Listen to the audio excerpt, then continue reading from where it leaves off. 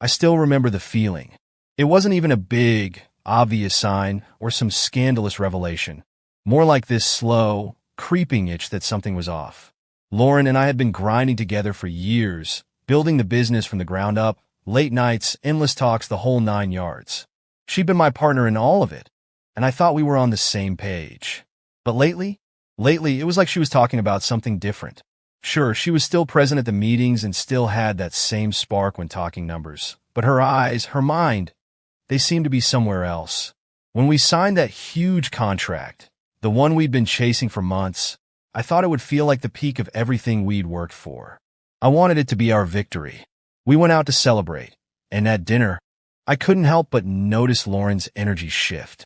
She wasn't thrilled about the accomplishment itself.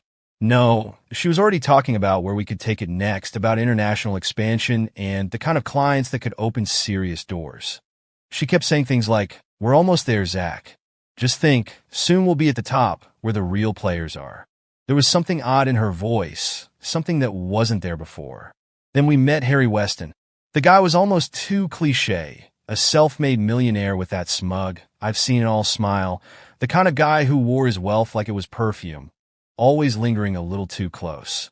At first, I thought he was just another investor, someone to back our next move, but from the moment Lauren shook his hand, I could tell she saw him differently. He wasn't just money to her. He was a lifestyle. And damn if she didn't seem instantly taken with him. Harry talked about his trips, about the places he'd been, and all the influential circles he mingled in. I thought it was all fluff, some rich guy showboating, but Lauren soaked it up. I caught her laughing, her eyes practically glued to his, her smile lingering in a way I hadn't seen in ages. She had this habit of flicking her hair when she was interested. She'd done it with me back when we first started dating. It was a small thing, but there it was on full display for Harry. I shrugged it off at the time, convincing myself it was just professional admiration. I mean, we were looking to expand, right? As the days passed, though, it wasn't just Harry. Lauren started pulling away from me in ways that felt like tiny cuts. She'd be out late, claiming she was meeting with potential investors or discussing strategies. I tried asking her about it, just to gauge where we stood, but every time I mentioned Harry, she'd shut it down, saying it was purely professional. And maybe it was, but there was something cold in her eyes when she said it, like she was defending herself from an accusation that I hadn't even made yet. I noticed the change at the office, too. Julia, my assistant, who'd been with us since the early days, started picking up on Lauren's frequent private meetings, the ones that didn't seem to match up with anything on the calendar. Julia's a sharp one. She has this knack for noticing things, even when she doesn't say anything directly. One day, she dropped a hint, asking if I knew why Lauren was setting up so many off-the-record meetings. She wasn't prying, but I knew what she was getting at. I just didn't want to go there, not yet. Then came the distance at home. Lauren would come back late, sometimes reeking of a new perfume she'd never worn for me. Expensive stuff, too, not the usual brands. She'd mumble something about high-profile clients, about looking the part, but I was beginning to feel like she was getting dressed up for something or someone else. Our talks turned shorter, colder. She'd brush past me, always just busy enough, always having a reason why she couldn't stay or why she couldn't talk. When I'd ask her what was up, she'd say, "You know, this business doesn't run on autopilot, Zach." I almost felt guilty for asking, like I was the one being needy. At one point, I took it to Robert. He'd been my friend for years, someone who knew me before Lauren was even in the picture.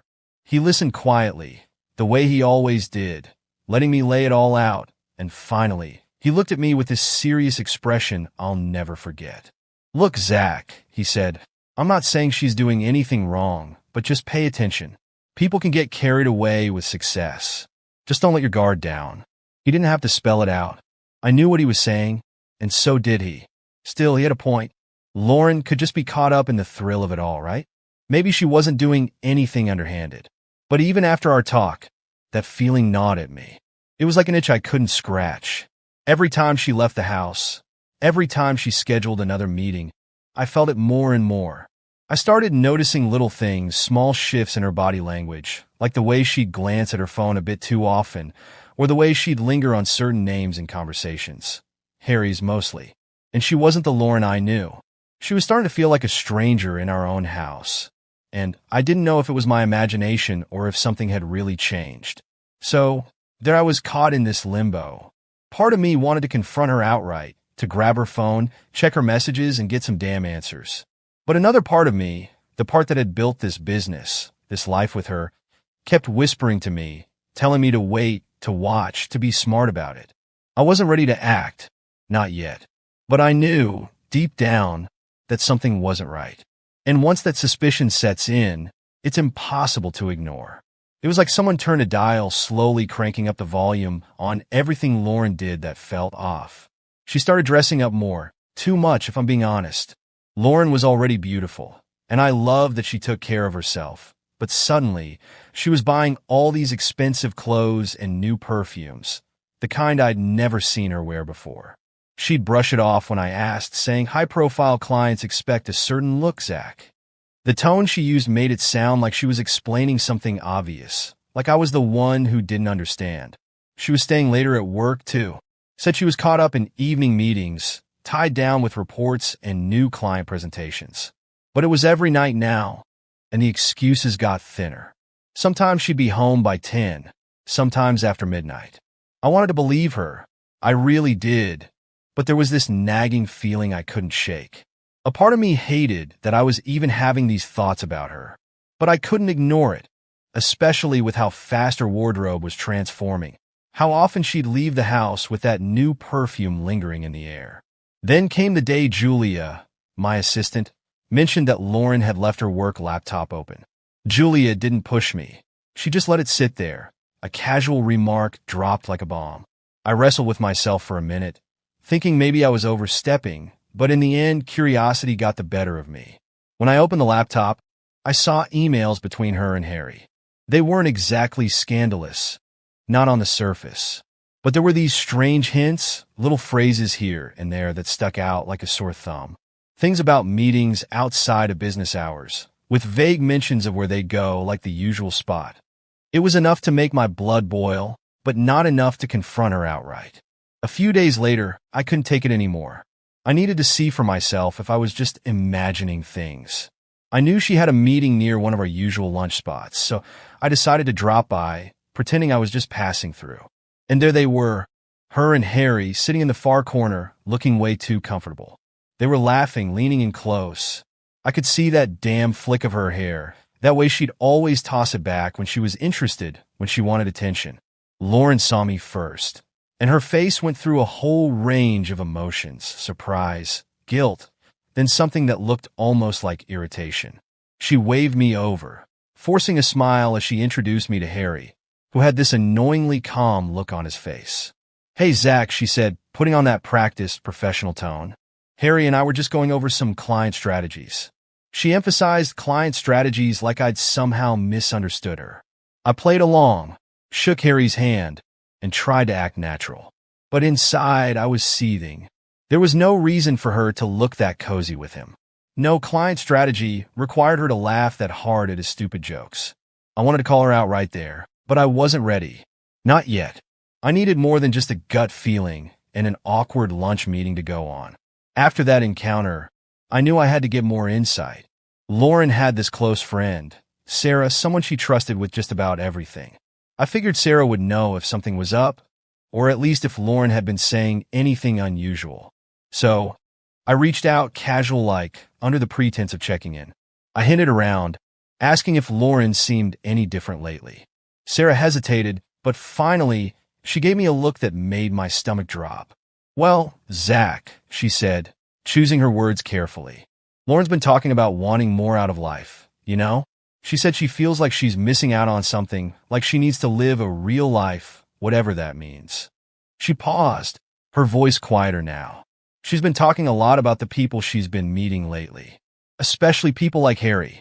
She says he understands her ambitions. That was it for me. Sarah didn't say it outright, but she didn't have to. It was clear Lauren was seeing Harry as more than just a business contact. I thanked Sarah, trying to keep my cool, and went home that night with a fire in my gut. It was one thing to suspect, but now I had confirmation from the way Lauren was talking to her friends.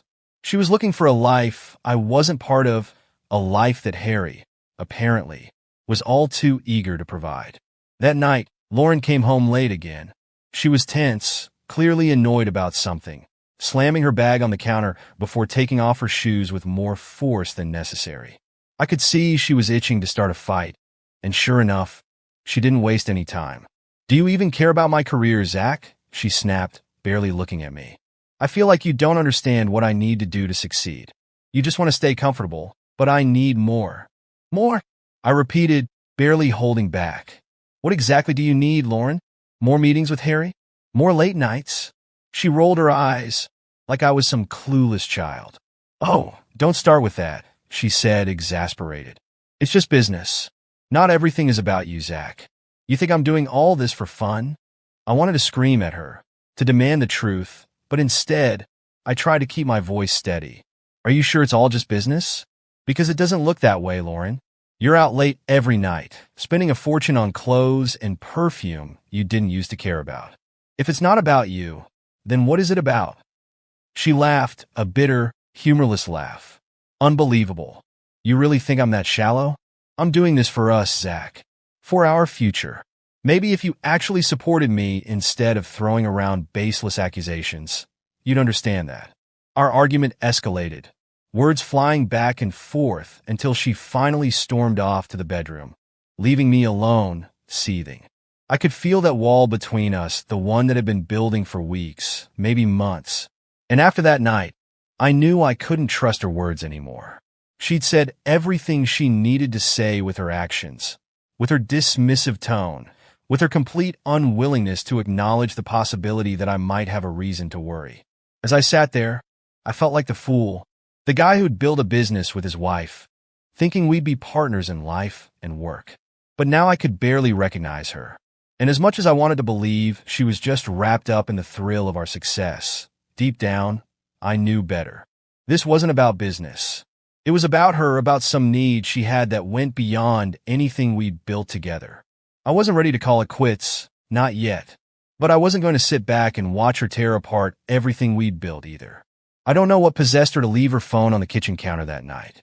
Maybe she was getting careless, or maybe she just thought I was too naive, too trusting to ever check it.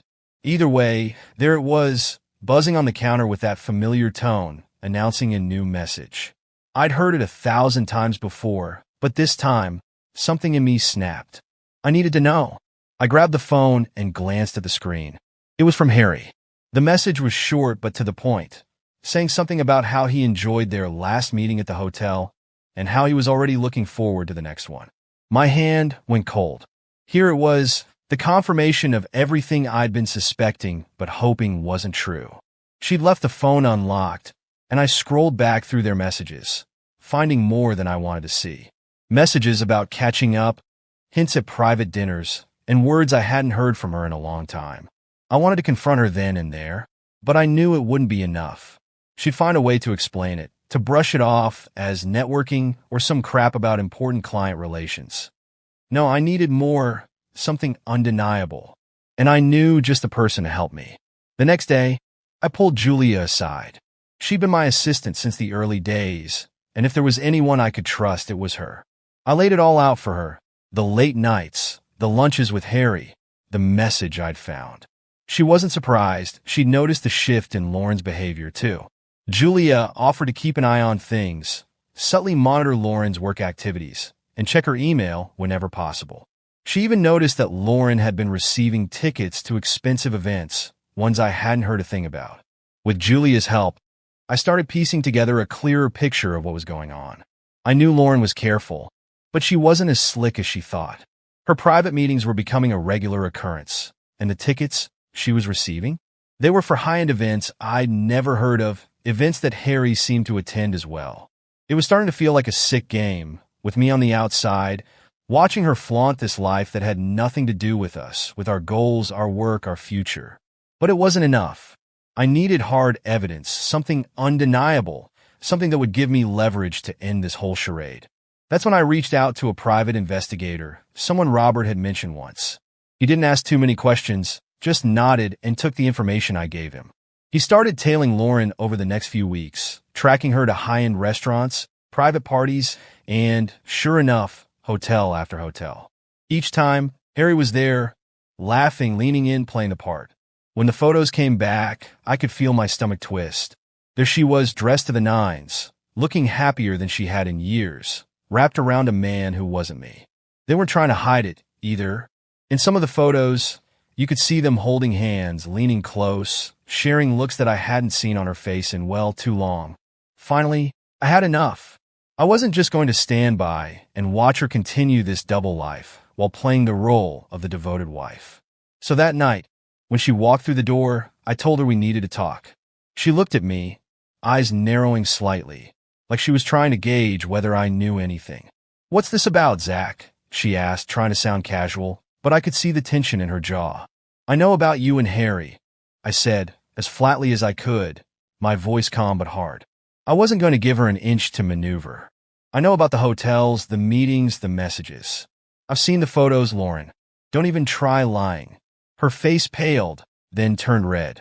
She opened her mouth, probably to deny it, but something in my expression must have told her there was no point.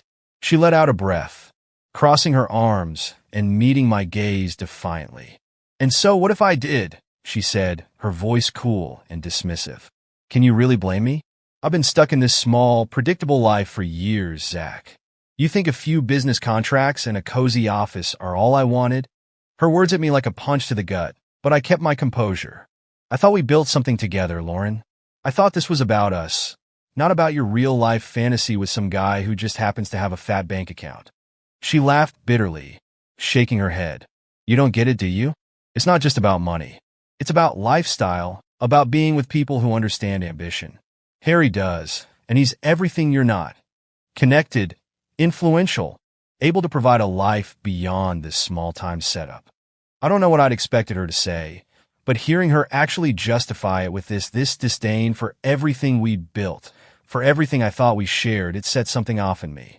I'd worked myself to the bone for this business, poured my life into it, and now she was just moving on, like it was nothing? I felt the anger hardening inside, turning into something cold and calculated. I wasn't going to let her walk away from all of this without consequences. After she'd said her piece, she stormed out of the room, leaving me standing there, the full weight of her betrayal settling over me. I was done playing nice. If this was the life she wanted, if she was so eager to turn her back on everything we'd built, then she could have it. But it was going to cost her. The next day, I went straight to Robert. I told him everything. Her affair with Harry, the contempt she'd shown for the life we'd built, and my plan to make sure she didn't walk away from this unscathed. Robert was all in. He'd never liked Harry, and was more than happy to help me dismantle whatever future she thought she had lined up. We spent hours talking, strategizing, working out the legal side, finding ways to remove her from the company, to make sure she left with as little as possible. We met with a lawyer who knew how to work the system. Step by step, we began building a case that would legally bind Lauren's assets, cutting her out from the company, from our finances, from everything she thought she had in her grasp. I could feel the anger fueling me, giving me a strange kind of energy like a fire that kept burning, pushing me forward. Now, I had the evidence. I had allies. And soon, I'd have a plan that would make sure Lauren regretted every moment she'd spent with Harry. There was no turning back now. I was ready to watch her world unravel, piece by piece, just like she'd done to mine. When Robert introduced me to Jeff Carter, I knew I was about to step into a new arena, one where Lauren wouldn't be able to manipulate her way out. Jeff was exactly what I needed, a lawyer who knew how to play the game without blinking, someone who could protect me from any angle Lauren might try to exploit. We sat in his office, and as I explained the situation, Jeff listened carefully, nodding along, his eyes sharpening with interest. Once I finished, he leaned back, a slight smirk tugging at his mouth. "Well, Zach," he said, "if you want to go after everything she's trying to steal, we can make this airtight. I'll make sure she can't touch a cent of the company. And as for the divorce, she'll walk away with as little as possible. But this has to be done carefully." So we got to work. Following Jeff's advice, I began moving assets around, shifting funds into separate accounts that Lauren couldn't reach. We crafted a series of shell companies, each account layered with a level of legal protection that would be impossible to crack without my permission. Each step felt like building a fortress, and every bit of money moved was another layer between me and whatever damage Lauren might try to inflict. One of the most crucial steps was putting part of the company under my sister Lily's name. Lily had her own career, far outside of this industry, and didn't owe Lauren any loyalty. She was outraged when I told her the whole story and agreed without a second thought. By giving her partial ownership of the company, I was safeguarding what Lauren thought was hers. Even if she tried to take me to court, she wouldn't be able to lay a finger on it. The company would be out of her reach. While this was all happening, something else started brewing. My relationship with Eve. Eve had been friends with Lauren for years, but she wasn't blind. She saw what was happening and didn't have an ounce of sympathy left for her so-called friend. She'd always felt overshadowed by Lauren, and now that Lauren had burned every bridge, Eve was more than happy to help. She was invaluable, providing me with insights I never would have had. She knew the real Lauren, the person behind the facade, and each time she shared some piece of information, she helped me see the depths of Lauren's betrayal more clearly. As our plan unfolded, Eve and I started spending more time together, and somewhere along the way, our connection took on a life of its own. It wasn't something we planned, but it felt inevitable, like we'd been drawn together by everything Lauren had done. Eve wanted justice, and so did I. But with her, it was more than that. She was loyal in a way Lauren never had been. And as the lines between ally and something more began to blur, I realized how much I valued having her by my side. And if I'm honest, seeing Lauren's closest friend stand beside me, ready to expose her, was a kind of revenge in itself. The next big move was the investors. Together with Robert and Eve, I organized a meeting with the most influential people backing our company. They were loyal, but had seen the unsettling shift Lauren's relationship with Harry had created. We called them in, acting as if it were a regular quarterly check-in, just a routine discussion about the company's future. But when they arrived, I presented them with everything Lauren and Harry had been doing. I showed them the documents, the records of extravagant expenses, the tickets to events neither Robert nor I had approved. The investors sat there, stunned, watching as I went through every cent Lauren and Harry had drained for their own private escapades. I could see the disgust on their faces, the disbelief as they realized how far Lauren had gone. By the end of the meeting, any loyalty they might have had to her was gone. They backed me fully, signing off on measures to ensure that I maintained control of the company, that no future business decisions made by Lauren or Harry could affect the direction of our work. With the company secured, I set my sights on Harry.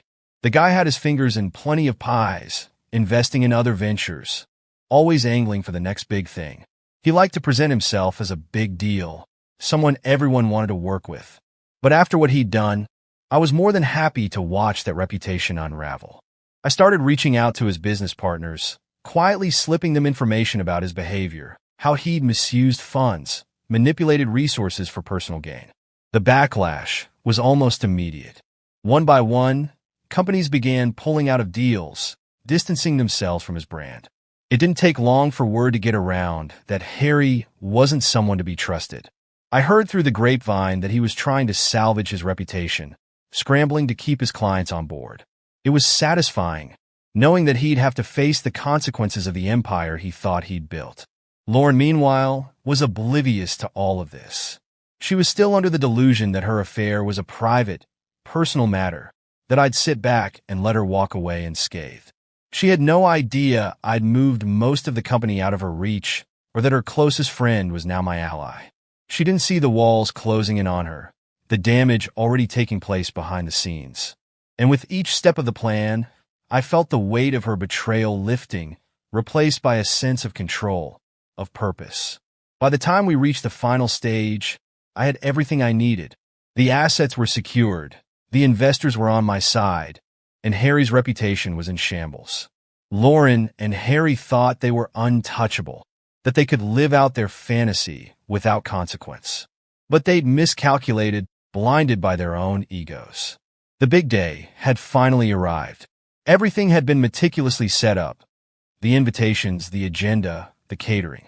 It looked like a typical business meeting, maybe a bit more formal, but nothing that would raise suspicion. Lauren and Harry were both in attendance, unsuspecting, believing they were there to showcase another new phase in the company's growth. I watched them laugh and chat with clients, completely oblivious to the fact that this grand presentation was about to shatter everything they'd worked to build behind my back. When everyone was settled, I took the stage, the familiar faces of our investors, partners, and clients looking back at me. I started off as I normally would, a practice speech about our company values, about our mission to grow with integrity and build lasting relationships. But soon my tone changed. I saw a few people exchange glances as my words sharpened, becoming pointed. Unfortunately, integrity isn't something everyone in this room has upheld, I said, scanning the audience as I felt the tension rising. I could see the confusion beginning to spread, Lauren glancing around nervously, wondering where this was going. I let the pause linger before continuing. Recently, I've come across some disturbing revelations about betrayal within our team, I said, my gaze finally landing on Lauren. I saw her eyes widen, a flicker of realization hitting her. Next to her, Harry shifted uncomfortably, his smug confidence beginning to drain away. I clicked a button on my remote, and a screen behind me lit up with financial statements and bank records, all highlighting the money funnel from the company into business expenses that had nothing to do with business. I watched their expressions, the shock and horror growing as the room took in the details. The luxury dinners, high-end events, and private hotel stays, all paid for with our hard-earned funds. I trusted these individuals. I continued, my voice steady but seething. I believed in them as partners, as leaders within our organization. But it appears I was wrong. These funds weren't used for the growth of our company. They were used for personal indulgences, by people who thought they were above accountability. I flipped to the next slide. Photos of Lauren and Harry together at the events, walking hand in hand, laughing over dinner, cozying up at private gatherings. Gasps echoed through the room, and Lauren's face turned beet red. I watched her eyes dart to the exits, as if she could somehow disappear, make this whole thing go away. Harry tried to keep his composure, but I saw the desperation setting in. He stood up abruptly, trying to say something, stammering out, This is all a misunderstanding, but the investors weren't buying it. One by one, they looked at him with disgust, some shaking their heads, some leaving their seats, their faces etched with betrayal. You call this a misunderstanding? I asked, my voice echoing through the silence. It's a betrayal, not only of our business, but of every single person in this room who trusted you. More evidence rolled on the screen, a damning sequence of screenshots, messages exchanged between them detailing their plans, jokes about living the good life. I watched Lauren's expression crumble as each message was exposed, her perfect facade cracking with every line that appeared.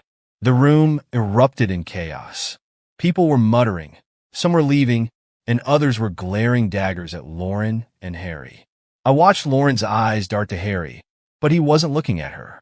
He was staring straight ahead, mouth clenched, his face an odd shade of white. He tried one last time to salvage the situation, standing up and saying, Look, this was all exaggerated. We didn't do anything illegal. But no one was listening. Investors were walking out, shaking their heads. I watched as Harry finally gave up, grabbing his coat and making a beeline for the exit without even glancing at Lauren. He'd abandoned her the moment things went south, effectively ending their so-called partnership and leaving her to face the wreckage alone. Lauren, still in shock, tried to save face, stammering something about a miscommunication and work-related outings, but the crowd wasn't buying it. Her voice faltered, and the helpless look in her eyes betrayed just how deeply this was sinking in.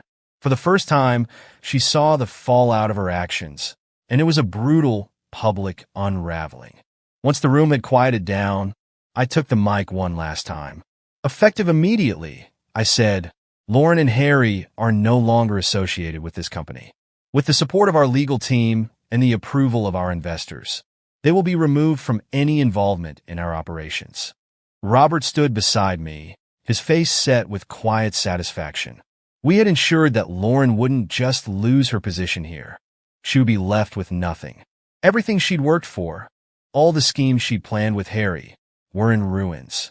By the time the meeting ended, Lauren was left standing alone, The last traces of her confident, scheming self completely shattered. She looked around, desperate for a lifeline, but every friendly face had turned away. In that moment, she realized she had lost it all. Her reputation, her career, the company, and any hope of salvaging the dream she'd traded me in for. I watched her walk out of the building, shoulders slumped, looking as defeated as she'd made me feel all those months ago. The weeks following that meeting were a whirlwind. With the public humiliation fresh in everyone's minds, the next step was clear. I filed for divorce, and with Jeff's legal expertise, we made sure it was airtight. Everything we'd planned, the assets shifted to my sister Lily's name, the company funds carefully moved into accounts Lauren couldn't touch, made it a clean and decisive process. She had no claim to anything we'd built. I'd safeguarded it all, right down to the last dollar. Lauren didn't fight it, at least not publicly. By the time the papers were signed, her life was already spiraling. The affair had left her with debts she and Harry had racked up during their little fantasy. She counted on being able to pull funds from the company to cover them. But with everything locked down, those expenses were now solely her responsibility. Jeff handled every detail, ensuring that not a single asset could slip through, leaving her stranded. After the scandal, people in our circle began to distance themselves from her. Sarah, once her closest friend, turned her back on Lauren, realizing just how deep the betrayal had gone. Former colleagues stopped taking her calls. She became a liability, a mark of shame among people who once respected her.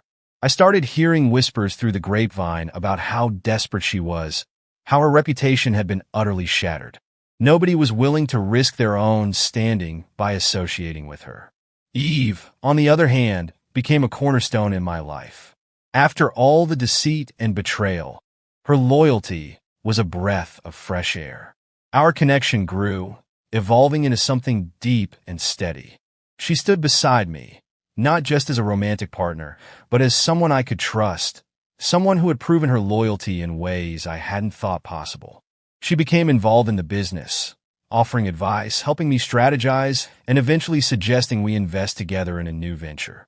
She had a sharp mind, and her ideas brought energy back into the work I thought I'd lost interest in. With the backing of Robert and a few loyal former partners, I launched a new business. We focused on innovative financial consulting, adapting to changes in the market and filling gaps that others had overlooked. The response was beyond what I'd expected. Clients who respected my ethics and business savvy flocked to us, and within months, we were gaining momentum, far exceeding what I'd ever hoped for. The best part? This time, I didn't have to worry about hidden agendas or trust issues. Meanwhile, Harry's downfall was swift and brutal. Word spread quickly about his involvement in the scandal, about the unethical practices he'd engaged in to maintain the lifestyle he thought he deserved. As partners and investors deserted him, he struggled to keep afloat. He was forced to sell assets, liquidate holdings, and eventually, he faded out of the business world entirely. For a man who had built his life on appearances, losing his standing was a fate worse than losing money. And then there was Lauren. With debts piling up and her reputation in ruins, she struggled to find any stable footing. She'd once been respected, seen as a powerful woman in her field, but now she was left with nothing but low-level jobs that barely covered her bills.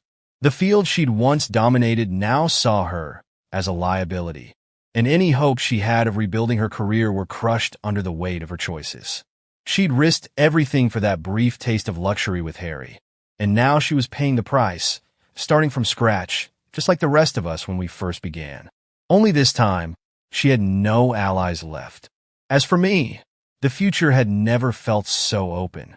I was free, finally unburdened by the weight of deception and betrayal.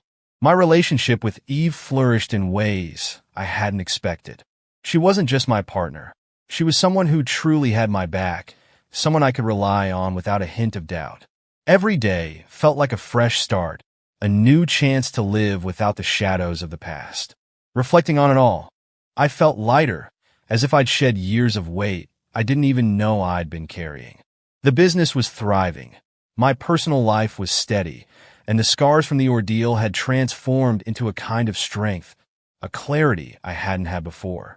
I'd survived betrayal, heartache, and the attempts to strip me of everything I'd built.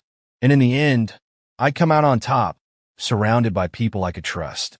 Lauren's story, however, was different. She was out there, picking up the pieces of a life she'd shattered, faced with the reality that she'd traded stability and love for a dream that had been nothing but smoke and mirrors. She'd lost it all, and she'd have to live with that knowledge, with the loneliness and regret. But I was finally looking forward, unburdened, my path clear, leaving the past exactly where it belonged, behind me.